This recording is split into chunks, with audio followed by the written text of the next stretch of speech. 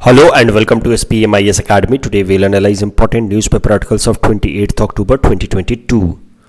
Please note you can download the PDF version of today's newspaper analysis by clicking the link given in the comment section. This is the list of the topics that we will be covering from today's newspaper.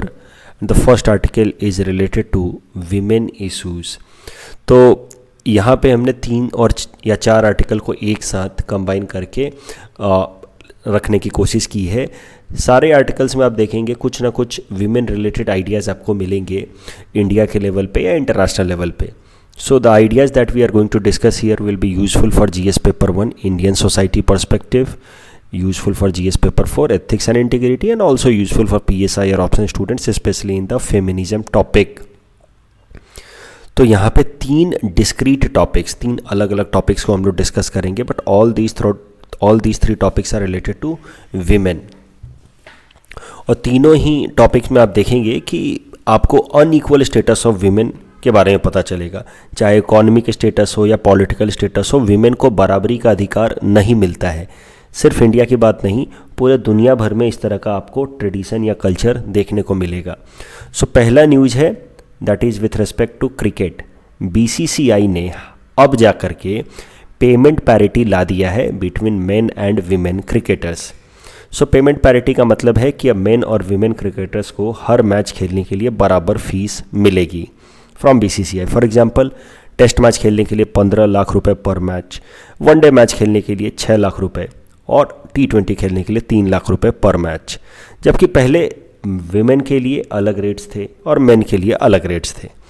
अब ये तो बात हो गई India की. इसमें हम ये देखने वाली बात है कि अब जा कर के हमने बराबरी का पेमेंट का कॉन्सेप्ट लाया है, वो भी ऐसे गेम में जिस पे इंडिया के लोगों की नज़र है, राइट. अगर आप हमारा कॉन्स्टिट्यूशन का आर्टिकल 39D देखें, which is part of DPSP, directive principle of state policies, of course it is non justiciable. Yet आप देखो इसमें इतने साल हो गए, 70 साल हो गए, इसमें आर्टिकल 39D में मेंशन किया हुआ है provision of equal pay for equal work. तो काम तो एक ही है, टेस्ट मैच खेल रहे हैं, वनडे मैच खेल रहे हैं, तो उस पर पेमेंट इक्वल होना चाहिए, जो अब जा कर के ला रहे हैं, और वो भी ऐसे गेम में जिस पे सबकी नज़र है. You imagine there are so many organisations, institutions, sectors, industries जहाँ पे आज भी बराबर काम करने के बावजूद भी विमेन को काफ़ी कम पेमेंट पिक मिलता है.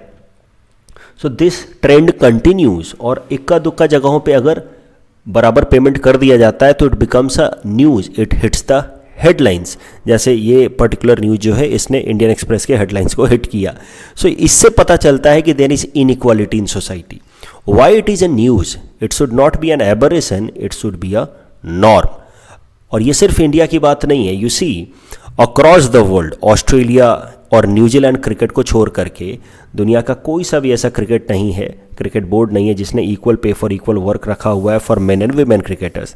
तो with this BCCI has become the third cricket board after Australia and New Zealand to have equal pay for equal work for both men and women cricketers. अब ये एक टॉपिक हो गया. अब दूसरा टॉपिक लेते हैं वीमेन से रिलेटेड ही. राजस्थान का ये न्यूज़ है, वहाँ पे मीडिया में इस तरह की खबर निकल करके आई. स्टाम्प पेपर पे बेची जाती हैं लड़कियां, नहीं बेचने पर माँ से दुष्कर्म. It's of course quite unfortunate and disgusting news. The news is कि अगर कोई परिवार लोन ले लेता है किसी और से, दूसरे परिवार से या किसी डोमिनेंट पर्सन से, और वो लोन नहीं चुका पाता है, तो in that case girls of that family who have taken loan, 8 to 18 years age वाली गर्ल्स, दे आर ऑक्शन्ड. और बाकायदे स्टैम्प पेपर पे ये ऑक्शन के बारे में लिखा जाता है कि इतने हज़ार रुपये आपने लोन लिए, इतने लाख रुपए आपने लोन लिए, इस कारण से now your girl has been auctioned to this particular family. And this provision has been imposed as per the local caste panchayat. तो आज भी ये कास्ट पंचायत या खाप पंचायत का कॉन्सेप्ट जो है काफ़ी स्ट्रॉन्ग है. जो पॉलिटिकल कॉन्सेप्ट है आर्टिकल 73rd अमेंडमेंट के बाद जो लाया गया है पंचायती राज सिस्टम, वो ठीक से इम्प्लीमेंट हो ना हो, लेकिन कई सारे ऐसे ट्रेडिशनल एरियाज़ हैं जहाँ पे जो कास्ट पंचायत हैं they still play a dominant role. और ये जो कास्ट पंचायत हैं, in general you will see कि they have a patriarchal mind set, and the orders they release in most of the cases it goes against the interest of the women and in many cases leads to violence and including sexual violence against women. In this case, the girls, young girls are auctioned, and if not so, if there are no young girls in the family, the mother of that family is being raped by the dominant individual who has given the loan. So this again is blatant violation of the fundamental rights guaranteed under Article 23. So in many cases, this is the difference between polity and governance. Polity is how things should be and governance is how things are on ground. So polity tells you कि constitution में क्या क्या लिखा गया है, कैसे कैसे हमारा गवर्नेंस चलना चाहिए. तो पॉलिटी पर्सपेक्टिव से आप देखेंगे तो आर्टिकल 23 सेज कि ट्रैफिकिंग इन ह्यूमन बीइंग्स या forced labour is a punishable offence and that should be clearly punished as per a law. ये तो हमारे संविधान में लिखा हुआ है, political aspect of Indian administration. लेकिन ग्राउंड पे कैसे हो रहा है काम, आज भी यू सी आर्टिकल 23 का ब्लैटेंट वायलेशन हो रहा है. This is nothing but an example of forced labour. आपने लोन ले लिया, if you are not able to pay back, there will be sexual harassment and all. So it is blatant violation of article 23. So governance aspect में आप देखिए, practical aspect is governance while theoretical aspect is polity. Theoretically तो सारी चीज़ें अच्छी हैं, but practically many things do not work on ground. तो political science option students इसको रिलेट कर पाएंगे. एथिक्स में भी आपने पढ़ा होगा अमर्त्य सेन का कॉन्सेप्ट ऑफ नीति एंड न्याय. नीतियाँ तो बहुत अच्छी अच्छी हैं, लेकिन क्या वो ग्राउंड पे न्याय इंश्योर करा पा रही हैं? In most of the cases और in many cases answer is no. तीसरा एक डिस्क्रीट टॉपिक है, वो ये है कि न्यूजीलैंड में हाल फिलहाल में पहली बार ऐसा हुआ है कि women lawmakers have become in और have become majority. Means more than 50% of the parliamentarians or the lawmakers are now women in New Zealand's history. This is again hitting the headlines. जबकि ये norm होना चाहिए, it should not be a exception. भाई New Zealand जैसा देश जहाँ पे already इतना सारा लिटरेसी है, अवेयरनेस है, जेंडर इक्वालिटी है, वहाँ पे अगर ये पहली बार इस तरह से अचीव हो रहा है and it is becoming an aberration और exception, think of other countries like India और any other South Asian countries like Pakistan और बांग्लादेश, अफगानिस्तान. हमारे यहाँ पे कंडीशंस तो अभी बहुत ज़्यादा ख़राब हैं. जब वीमेन की पॉपुलेशन 50% के आसपास है मेन के तुलना में, तो उनका representation in the political setup should also be equal to about 50%, but that is not the case. If such thing happens in a country, even a developed country like New Zealand, it becomes a news. कुछ ही ऐसे देश हैं दुनिया में जहाँ पे जो पॉलिटिकल रिप्रेजेंटेशन है वीमेन का in the parliament, it is skewed in the favour of women. For example Rwanda, Cuba, Bolivia, सब छोटे छोटे देश हैं, Mexico. Even in United States of America women representation is very less, somewhere close to 25%. अगर globally average की बात की जाए कि ग्लोबल एवरेज कैसा है women representation in the parliament, so it is only 26% आज पर a report released by inter parliamentary union. एक इंटरनेशनल ग्रुपिंग है जो दुनिया भर में पार्लियामेंट से रिलेटेड डेटास को कलेक्ट करता है और फिर पब्लिकली वो पुट करते हैं. This is the role of inter parliamentary union. New Zealand को लेकर के एक और इम्पॉर्टेंट फैक्ट है जिसको आपको ध्यान में रखना चाहिए, कभी मेंस आंसर राइटिंग में इस्तेमाल हो सकता है. 1893 में New Zealand became the first nation to allow women to vote. अब इसमें न्यूजीलैंड का नाम कम इम्पॉर्टेंट है 1893. You see US has been claiming to be world's first democracy, but उन्होंने भी पहले विमेन को वोटिंग राइट्स नहीं दिए. 1770 से ही वोटिंग करंट US एडमिनिस्ट्रेशन आ गया, बट विमेन को वोटिंग राइट नहीं दिए. इंडिया की खास बात यह है कि आज़ादी के बाद स्टार्टिंग से ही हमने विमेन को एटलीस्ट थ्योरेटिकली इक्वल स्टेटस दे रखा है as far as voting right is concern या participation in election process is concern. Otherwise पूरे दुनिया भर में डेमोक्रेटिक सिस्टम काफ़ी पहले से चला आ रहा है. Even in Greek society there was the concept of democracy right in some states. लेकिन 1893 इतना लेट जाकर के women were given right to vote and that happened और स्टार्टेड विथ न्यूजीलैंड. इंडिया के अंदर अगर पार्लियामेंट रिप्रेजेंटेशन की बात करी जाए तो हमारे यहाँ पे तो अभी भी विमेन का representation in the parliament is quite low as per inter parliamentary union जिसका इंडिया भी मेंबर है. लोकसभा के अंदर only about 15% of members are women. अगर ओवरऑल लोकसभा और राज्यसभा को मिला लिया जाए पार्लियामेंट में तो women representation comes down to 10.5%. These datas are going to be important. अगर लेजिस्लेटिव असेंबलीज की बात की जाए तो वहाँ पे तो कंडीशंस और भी ख़राब है. विमेन का रिप्रेजेंटेशन सिर्फ 9% है ओवरऑल अगर एवरेज बात की जाए तो. क्या कारण है अबाउट और reason, what are the factors behind low women representation in Indian parliament या लेजिस्लेटिव स्ट्रक्चर्स, उसके कुछ बेसिक कारण देखते हैं। सबसे पहला कारण तो of course patriarchal structure of society. जिस तरीके से हमारी मेंटल कंडीशनिंग की गई है कि विमेन का काम है घर के कामकाज देखना और मेन का काम है बाहर के कामकाज देखना। Women in general should not participate in the political processes. This is the conditioning, this is how we are made to think, and this is coming from the patriarchal structure of society, and that has led to low representation of women in Indian parliamentary system. Uneven distribution of family care, of course women are burdened with more family responsibilities, so how will they get time to develop political awareness and participate in the political processes? Economic factors are there, resources ही नहीं है। देखिए हमारे देश में जो electoral politics है, it has become very competitive, it requires a lot of money power to contest an election. आप देखते हैं इलेक्शन से पहले ही लोग करोड़ों करोड़ रुपए खर्च कर देते हैं अपने कैंपेनिंग में and all, but in general women lack that money power या lack that resource, and that closes the gate of parliamentary processes for women in India. तो थ्योरेटिकली तो there is an equal access for women, but money power, muscles power women के पास है नहीं इतना, that is why they lag behind, and that is why women representation is less.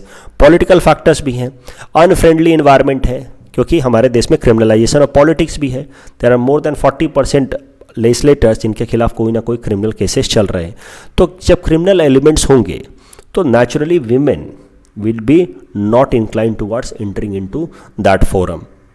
उसके अलावा lack of political network and education, जब women have mostly confined to the household activities तो उनकी political networks कमज़ोर हैं, political education कमज़ोर है, कौन सी पार्टी अच्छी है, कौन सा एरिया में मुझे इलेक्शन कंटेस्ट करने की कोशिश करनी चाहिए, ये सब ना नेटवर्क है ना एजुकेशन है। So how do you expect women to participate in to the electoral process and have a seat for her self?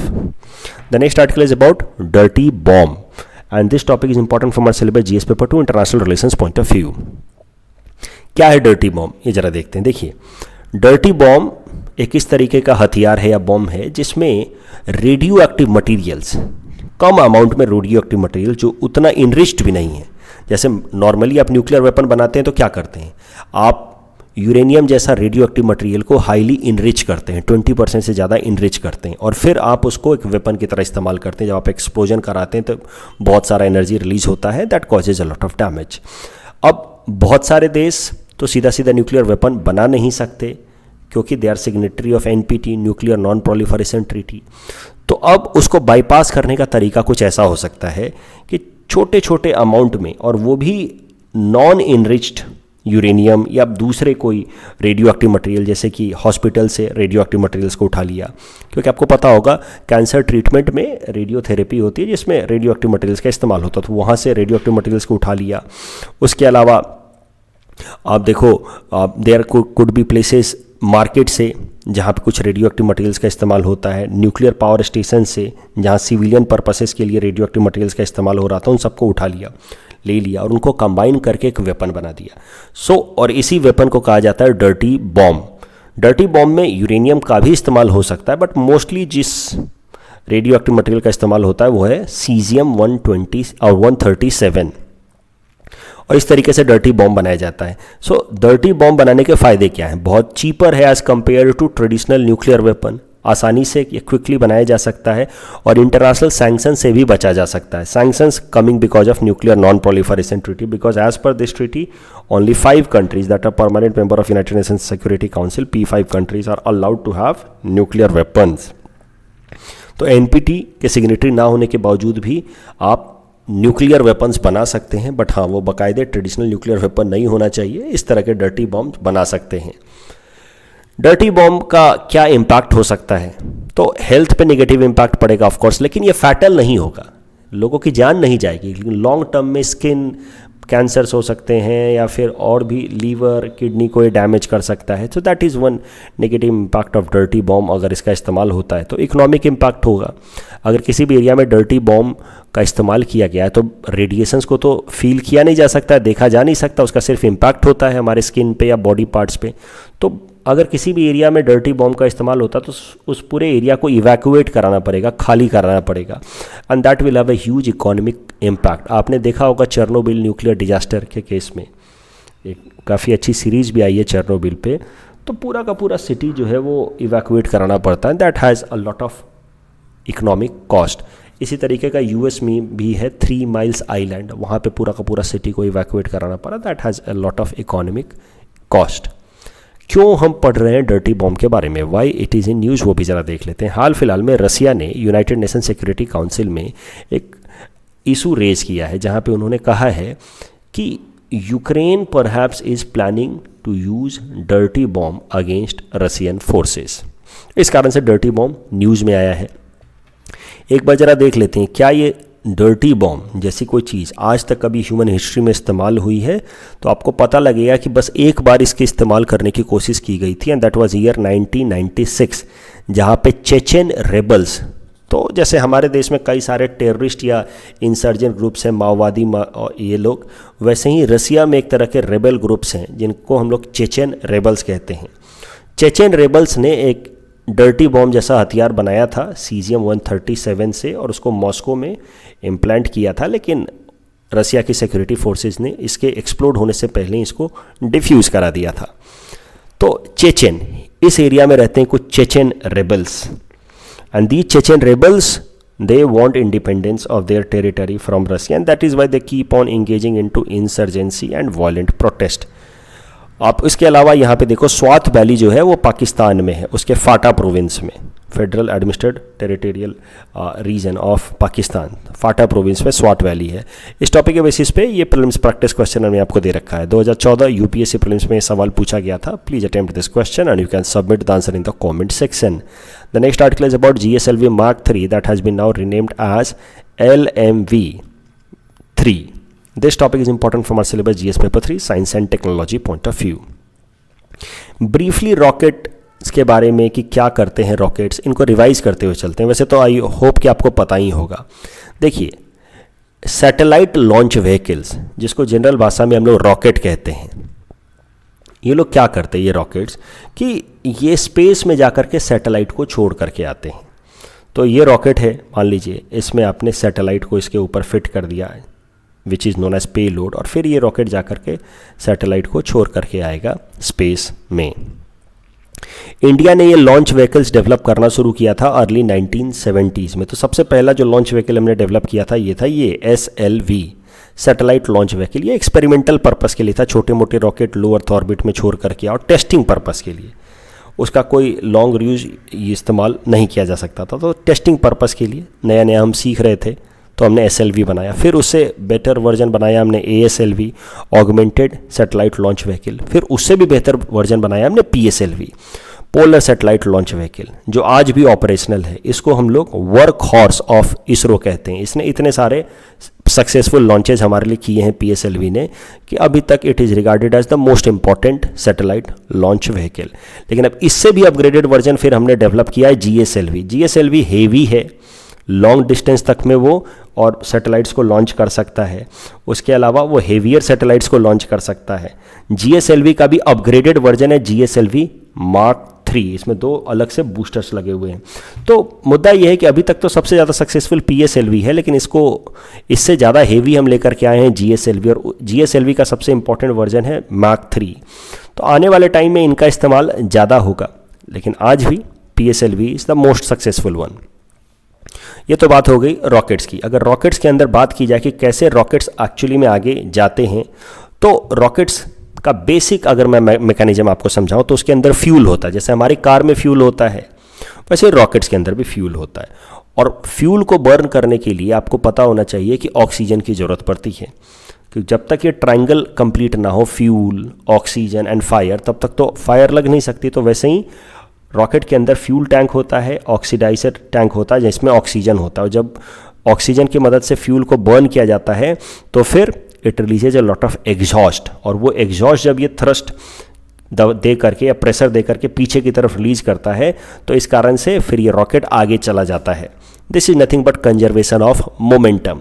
Overall ये सिस्टम का मोमेंटम जीरो है, जब कुछ थ्रस्ट हवा पीछे की तरफ जाएगा तो नेचुरली ये रॉकेट आगे की तरफ जाएगा, and this is how this rocket works.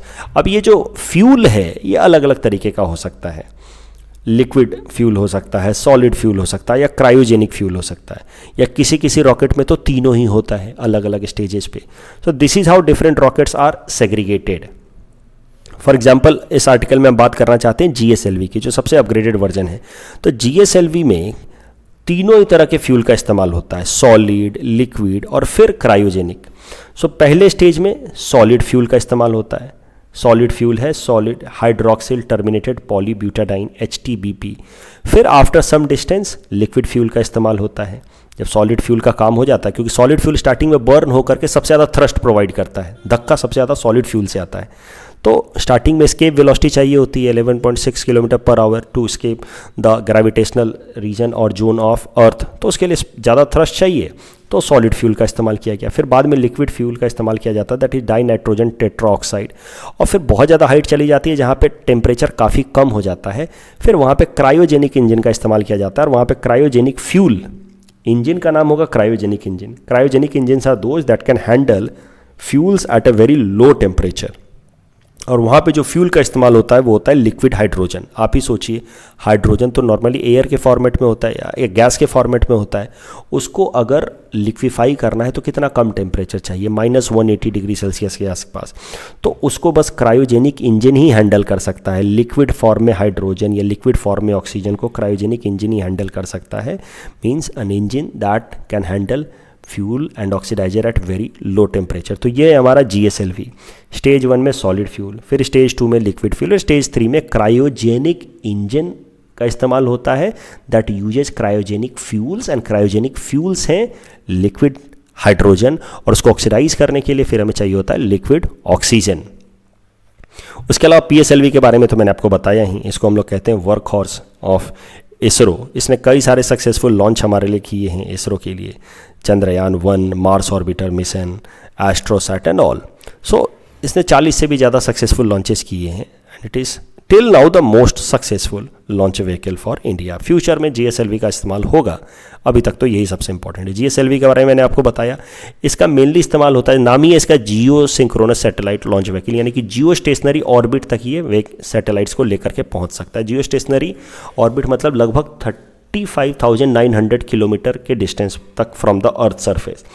वो ऐसा डिस्टेंस होता है जहाँ पे gravitational pull of the earth exactly matches to that force, जिससे जो सैटेलाइट है वो इस तरीके से रोटेट करता है अराउंड द अर्थ कि उसकी जो टाइम पीरियड है पूरा एक साइकिल कंप्लीट करने का वो 24 घंटे का हो जाता है। तो इससे फ़ायदा क्या होता है कि जियो स्टेशनरी ऑर्बिट में जो सैटेलाइट लॉन्च किया गया वो हर वक्त एक पॉइंट के ऊपर ही रहता है at a particular point of time, and that can be used for communication purpose. तो जियो स्टेशनरी ऑर्बिट में सैटेलाइट्स को लॉन्च करना, 36,000 किलोमीटर हाइट तक भेजना, ये PSLV के बस की बात नहीं है। उसके लिए फिर लाया गया है GSLV, जियो स्टेशनरी या जियो सिंक्रोनस सैटेलाइट लॉन्च व्हीकल। ये 2 टन तक का सैटेलाइट को लॉन्च कर सकता है वहाँ तक।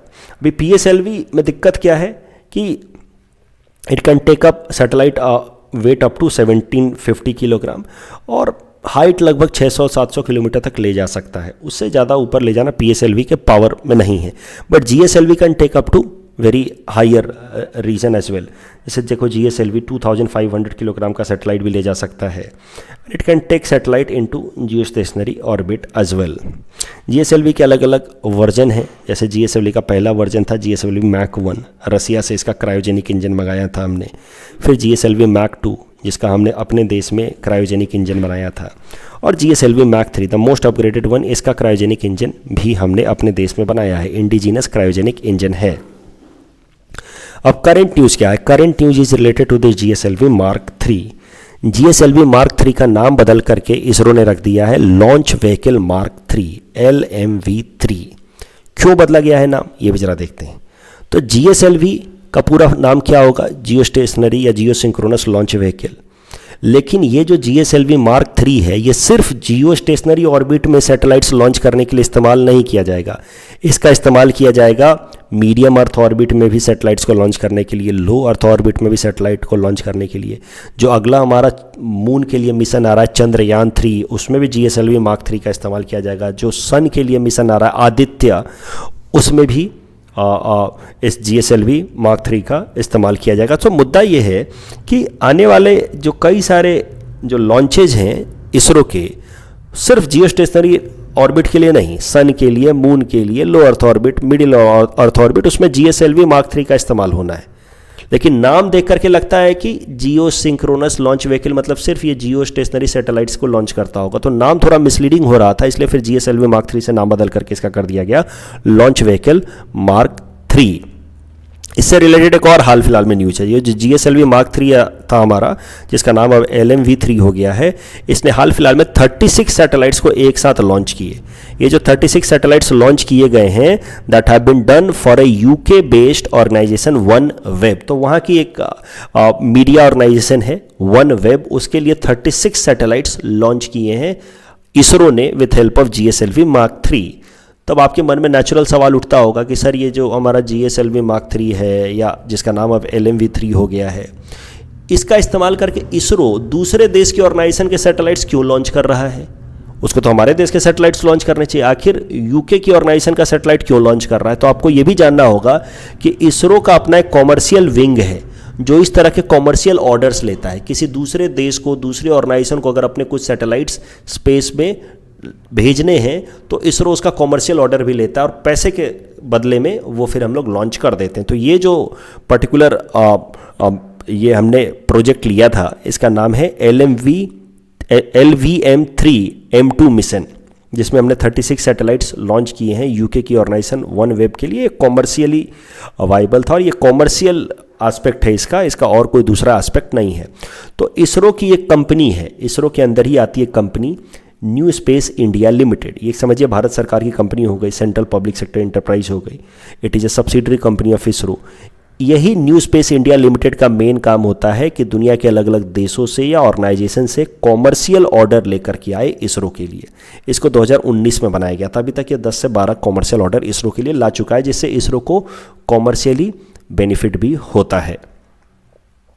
इस टॉपिक के बेसिस पे ये प्रीलिम्स प्रैक्टिस क्वेश्चन हमने आपको दे रखा है। This question was asked in UPSC 2018। Please attempt this question and you can submit the answer in the comment section.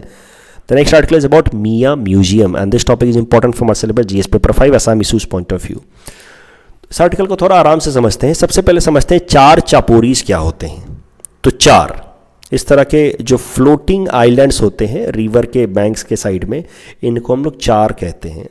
तो जो सेडिमेंट्स डिपॉजिट हो करके रिवर बैंक के साइड में इस तरह का डिपॉजिट्स बन जाता है, जिसको हम लोग छोटे छोटे फ्लोटिंग आइलैंड्स भी कह सकते हैं। दीज आर नोन एज चार इन आवर स्टेट आसाम। तो they are generally found in low lying flood prone river bank area. तो ये हो गया चार, थोड़ा सा बड़ा साइज का हो गया और बैंक से कनेक्टेड हो गया, तो चापोरी। कौन लोग हैं चार चापोरीज में रहने वाले? आपको जानकर के हैरानी होगी कि कई सारे लोग इस एरिया में भी घर बना लेते, छोटी छोटी झोपड़ियाँ वगैरह बना लेते और यहाँ पर रहने लगते हैं। तो कौन से लोग ज़्यादातर चार चापोरीज में रहते हैं? तो if you see the website of directorate of Char areas, there is about 25 lakh people live in this area and population is over a period of time increasing. लेकिन अगर आप डेमोग्राफिक कैटेगराइजेशन करेंगे तो यू विल फाइंड कि mostly Bengali origin Muslims live in this area, Char Chaporis. उसके अलावा थोड़े बहुत मिसिंग्स, देवरी, कछारीज, नेपाली ट्राइब के लोग भी रहते हैं। UNDP के रिपोर्ट के हिसाब से these people are one of the most socially and economically backward. 80% of the population that lives in this Char Chapori region are below poverty line. अब जैसा कि मैंने आपको बताया, यहाँ पे ज़्यादातर लोग जो हैं वो बंगाली स्पीकिंग या बंगाली कल्चर वाले मुस्लिम्स हैं। इन बंगाली स्पीकिंग मुस्लिम्स को, इस एरिया में रहने वाले जो बंगाली स्पीकिंग मुस्लिम्स हैं, जिनका जो चार चापोरी रीजन में रहते हैं, उनको कभी कभार मियाँ नाम से भी बुलाया जाता है। ऑफ कोर्स मियाँ वर्ड जो है थोड़ा डेरोगेटरी है, लेकिन इसका इस्तेमाल होता है मियाँ शब्द का। सो दे आर, ये मियाँ शब्द का इस्तेमाल कभी कभार इसलिए होता है just as a stereotype to claim them as an illegal Bangladeshis who have entered into our state. in 1971 because of the atrocities committed by West Pakistani army. वो तो कहानी आप जानते ही हैं. तो over a period of time ये जो बंगाली स्पीकिंग मुस्लिम्स हैं they enter into the state of Assam. Char Chapori areas में उनको रहने को जगह मिला, वहाँ वो रहने लगे. Over a period of time they have developed a hybrid culture. तो कुछ चीज़ें आसाम के लोकल इंडिजिनस कल्चर से ले लिया, कुछ वो खुद का लेकर के, और इस तरीके से उन्होंने एक हाइब्रिड कल्चर डेवलप कर लिया है. If you see the culture of Char Chaporis, कुछ चीज़ें आपको मिलेंगी. For example they have a variety of songs. Bhatiali related to river, मगन गीत और नोन एज हार्वेस्ट सॉन्ग. इसके अलावा नौ खिलौर गीत और boat song. They perform martial arts known as lathibari. Dressing sense भी आप देखोगे तो धोती है, उसके अलावा इस तरीके का वेस्ट या बनियान आप कह सकते पहन सकते हैं, देखते हैं पहनते हुए इनको. असमीज गमोसा का इस्तेमाल कर. So this could be best. This figure represents कि how these Char Chaporis people of a known as Miyas have developed a hybrid culture. थोड़ी बहुत असमीज कल्चर को भी अडॉप्ट किया, थोड़ा बहुत वो अपना खुद का कल्चर को कैरी कर रहे हैं. अभी इसी से रिलेटेड करंट न्यूज़ है. हाल फिलहाल में एक म्यूजियम बनाया गया. म्यूजियम का पर्पस था कि ये जो मियाँ लोग हैं या चार चापोरी कल्चर है, मियाँ कल्चर जो है वो थोड़ा डेरिकेटरी हो गया, उसको ज़्यादा सोफिस्टिकेटेड तरीके से चार चापोरी कल्चर कह सकते हैं. इस चार चापोरी कल्चर को रिप्रेजेंट करने के लिए लेट अस हैव ए मियाँ म्यूजियम. ये जो आइडिया है मियाँ म्यूजियम का, ये 2020-21 में ही department related standing committee on education in its 47th report उन्होंने प्रपोज किया था. फिर हाल फिलहाल में ग्वालपारा डिस्ट्रिक्ट में एक इस तरह का मियाँ म्यूजियम बनाया गया, जिसका मेन पर्पस था कि मियाँ रिलेटेड कल्चर को प्रोटेक्ट करने के लिए जो जो चीज़ें इंपॉर्टेंट है, आर्टिफैक्ट्स हैं, उसको वहाँ पे संजो करके रखा जाए, उनको वहाँ पे अच्छे से शोकेस किया जाए. बट इस मियाँ म्यूजियम के खुलने के 2 दिन बाद ही ग्वालपारा की अथॉरिटीज़ ने इसको सील कर दिया, बंद करा दिया. कारण ये था कि ये जिस बिल्डिंग में, जिस घर में इस मियाँ म्यूजियम को खोला गया है, ये घर खुद ही प्रधानमंत्री आवास योजना के अंतर्गत आता है, जो भारत सरकार की एक स्कीम है. तो किसी भी भारत सरकार की स्कीम के अंतर्गत आने वाले घर में इस तरीके का म्यूजियम खोला नहीं जा सकता without of course prior permission. इस पे हमारे चीफ मिनिस्टर साहब हिमंता बिस्वा शर्मा साहब ने भी कहा है, मतलब ही वॉज ऑल्सो अगेंस्ट, और स्टार्टिंग से ही है वो against the idea of any such museum, चार चापोरी म्यूजियम और मियाँ म्यूजियम. उनका कहना है कि ये मियाँ लोगों का अपना खुद का है क्या, सब कुछ तो जो भी इनका कल्चर है एक्चुअली उनका कल्चर है ही नहीं, ये सब कुछ तो असम का कल्चर है, इन्होंने तो खाली आकर के उसको अडॉप्ट किया है. तो there is nothing new that this community has brought to us. This is completely the culture of Assam. So he has question the authenticity of the items that have put on display in the museum. कि ये तो सब Assamese culture का हिस्सा है, इसको मियाँ museum में डाल करके मियाँ कल्चर का क्यों हिस्सा बना रहे हो. ही लिटरली सेड दिस कि all items except lungi belongs to the Assamese people. तो इसको मियाँ कल्चर का हिस्सा दिखा करके आप असमीज कल्चर को आप डाइल्यूट कर रहे हो. कल जो हमने आपको प्रैक्टिस क्वेश्चन दिया था उसका आंसर देख लेते हैं. मैंने आपको कहा था कि ये सवाल आप सीधा सीधा एलिमिनेशन मेथड से कर सकते हो. तो आपको मैंने बताया कि जीएम मस्टर्ड को डेवलप किया है दीपक पेंटल नाम के एक साइंटिस्ट ने. तो इससे तीसरा स्टेटमेंट गलत हो जाता है. जैसे ही तीसरा स्टेटमेंट गलत होता है एक ही ऑप्शन बचता है, option B. That's all from our side for today. Thanks for watching.